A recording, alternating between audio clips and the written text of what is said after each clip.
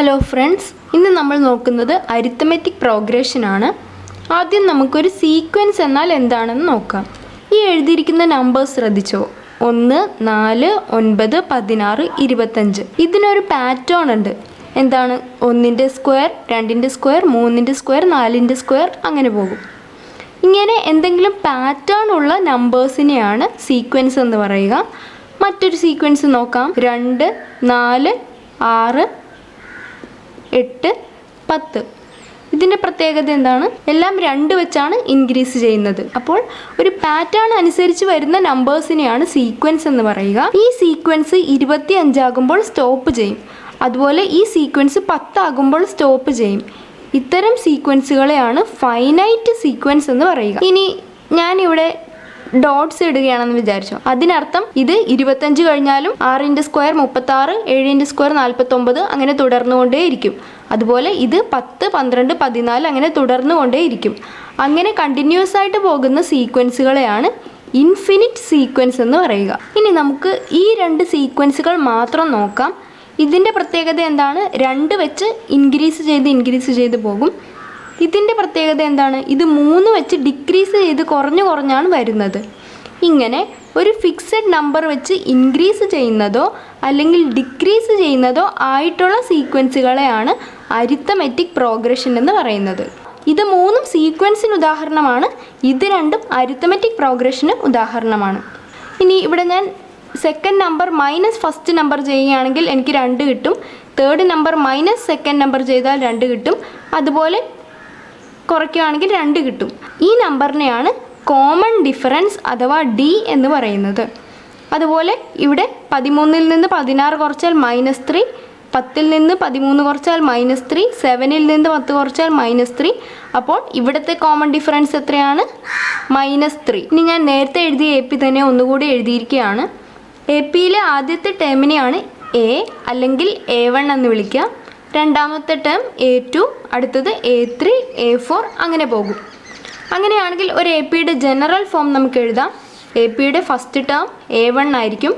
A1ൻ്റെ കൂടെ common difference ആയ D കൂട്ടുമ്പോഴല്ലേ നമുക്ക് A2 കിട്ടുക. അപ്പോൾ അടുത്തതിനെ A1 + D എന്ന് എഴുതാമല്ലോ. ഇനി ഇതിൻ്റെ കൂടെ വീണ്ടും കോമൺ ഡിഫറൻസ് കൂട്ടുമ്പോഴാണ് എനിക്ക് അടുത്ത ടേം കിട്ടുക. അപ്പോൾ A1 + D + D, അതായത് A1 + 2D എന്ന് കിട്ടും. ഇതിൻ്റെ കൂടെ വീണ്ടും ഒരു D കൂട്ടുക, അതായത് A1 + 3D. ഇങ്ങനെയാണ് ഒരു AP പോകുന്നത്. അതായത് ഫസ്റ്റ് ടേം ആണെങ്കിൽ A1, സെക്കൻഡ് ടേം എന്ന് പറയുമ്പോൾ A1 + 1D, തേർഡ് ടേം എന്ന് പറയുമ്പോൾ A1 + 2D, ഫോർത്ത് ടേം എന്ന് പറയുമ്പോൾ A1 + 3D.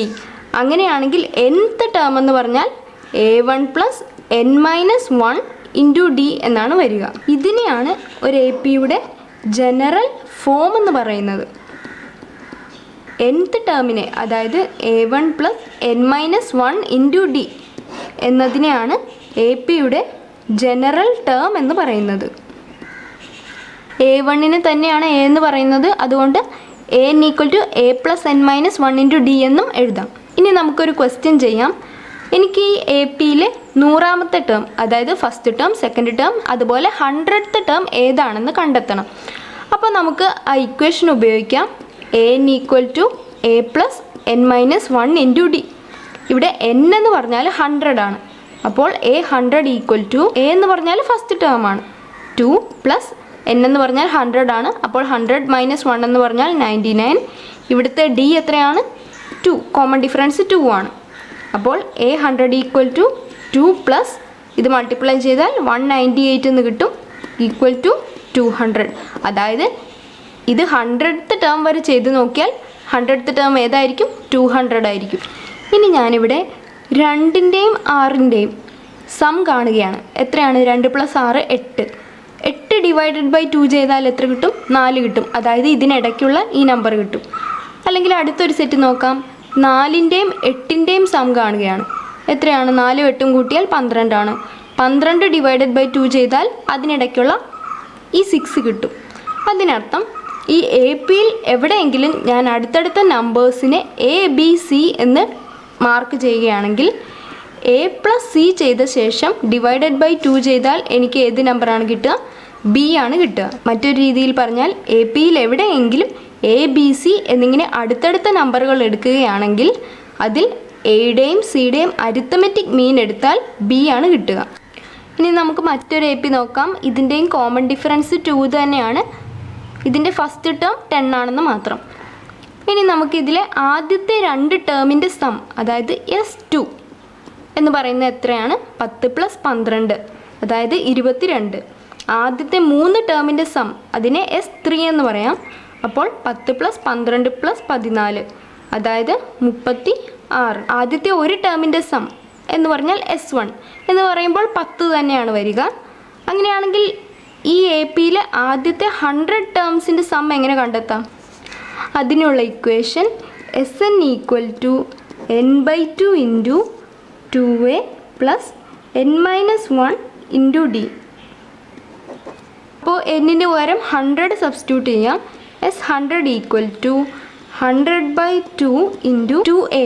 a എന്ന് പറഞ്ഞാൽ ഫസ്റ്റ് നമ്പറാണ്, അതായത് 2 × 10 അല്ലെങ്കിൽ 20 പ്ലസ് n-1 എന്ന് പറയുമ്പോൾ 100 - 1, അതായത് 99 × d എന്ന് പറഞ്ഞാൽ കോമൺ ഡിഫറൻസ്, ഇവിടെ 2 ആണ് കോമൺ ഡിഫറൻസ്, ഈക്വൽ ടു 100/2 എന്ന് പറയുമ്പോൾ 50 × 20 + 198 ഈക്വൽ ടു 50 × 218.